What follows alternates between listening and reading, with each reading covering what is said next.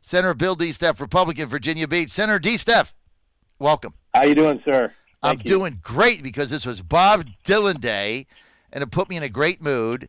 And, we're fighting back. We're fighting back, Senator, and so are you. Hey, I want to tell my listeners, Senator Bill DeSteph, Virginia Beach, okay, so they locked everybody out of everything, and he sued him and Tim Anderson, lawsuit. They're like, hey, you can't do that. And they beat Mark Herring, who's the attorney general. They beat his lawyers in federal court. Action, action, action. Bill, tell us what happened. Well, what basically happened was the judge basically laid down and said, hey, you're telling me there's no other viable options other than closing down the entire Pocahontas building and saying constituents can't meet with their legislatures. And they had the audacity to say yes. And then he kind of gave him some examples about the courts. And here's what I believe. I believe if your courts can be open, if your executive branch of government, so your judicial and executive branch of governments can be open, then your legislative branch can be open. There's no reason that you can't have your legislative branch open. Makes absolutely no sense. Mm-hmm. So what we did is we decided to file a lawsuit. The judge a couple of times said, hey, are you guys willing to mediate? Are you willing to compromise? We said yes on every single time he asked us that. The Attorney General's office said, I can't speak for my clients, but blah, blah, blah, blah, blah. I have to get back with them. But kept saying, no, no, no, no, no. And the judge said, are you sure? And then we're in there, and the judge said, hey, look, they've presented a great argument. They have standing. And I can't, I think it was the Archdiocese of Brooklyn versus Mayor Cuomo, he goes, I'm leaning in their favor. What are you going to do? What do you want to do here? And the AG's office kept pushing back, saying, even down to a couple of personal attacks. Mm-hmm. And I was like, bring it on. Let's go then. Mm-hmm. And in the end, the AG's office said, you know what? You guys are right. There is a compromise. So they provided a compromise, and now we're able to meet with our constituents. What was the compromise, Bill? The compromise is we can meet with 10 constituents at a time. Mm-hmm. We have to have masks on. And that'll be until the virus is, until everybody gets vaccinated, or 70% of the population, I would guess. And the reason for that is at 70% of the population, now you have herd immunity.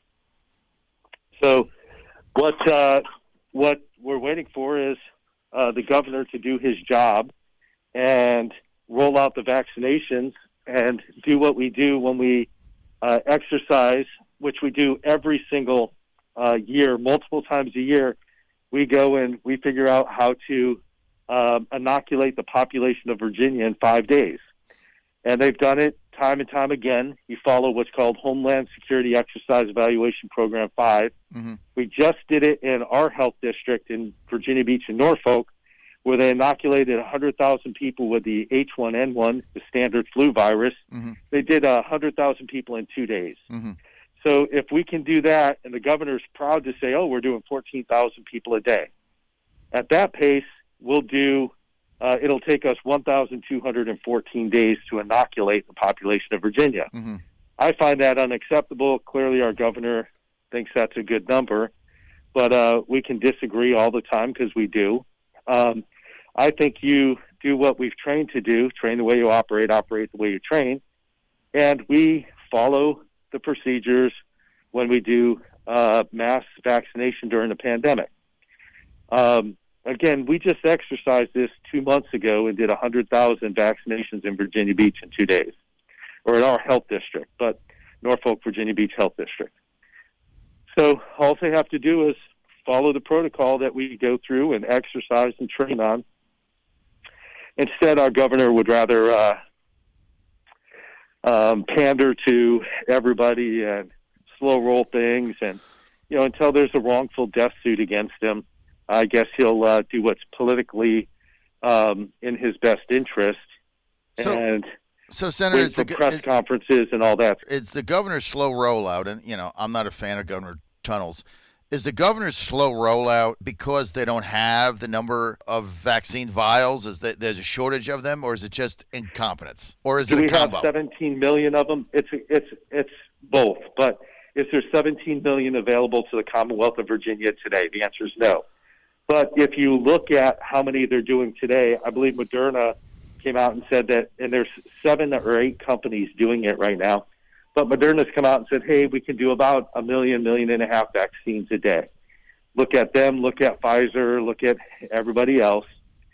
And if you're doing 1.5 million a day, you can pretty much, and you've got 7 companies doing it, you can pretty much inoculate the entire population of the U.S. within 30 days. Well, here's what you need to think about. They've been mass producing this stuff, and we've had 489,000 vaccines for about 30 days. Because about 30 days ago, we said we had our vaccines, right? Mm-hmm.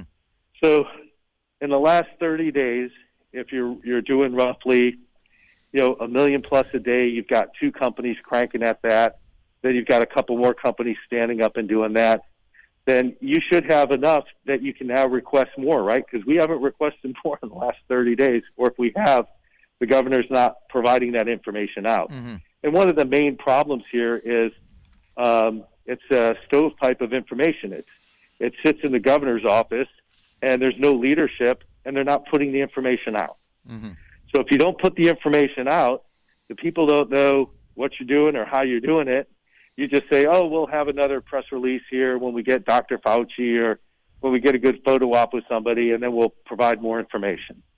Ridiculous. I just can't believe this is being slow rolled out. And how many total people live in Virginia?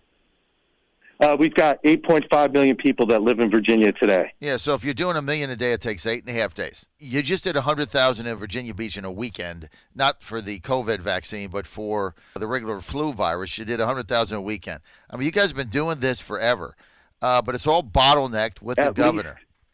Right? At least 20 years. And it's just, and this is what happens when you, and again, these are my observations, but when you have a cabinet where you have cabinets stacked with academia. So they've never run a business. They've never run anything. But you've got Carlos Hopkins, who's your military guy, right? Mm-hmm. He knows he's there with the National Guard and our military. He knows exactly what to do. Mm-hmm. You turn this thing over to Carlos Hopkins and say, hey, execute on this plan.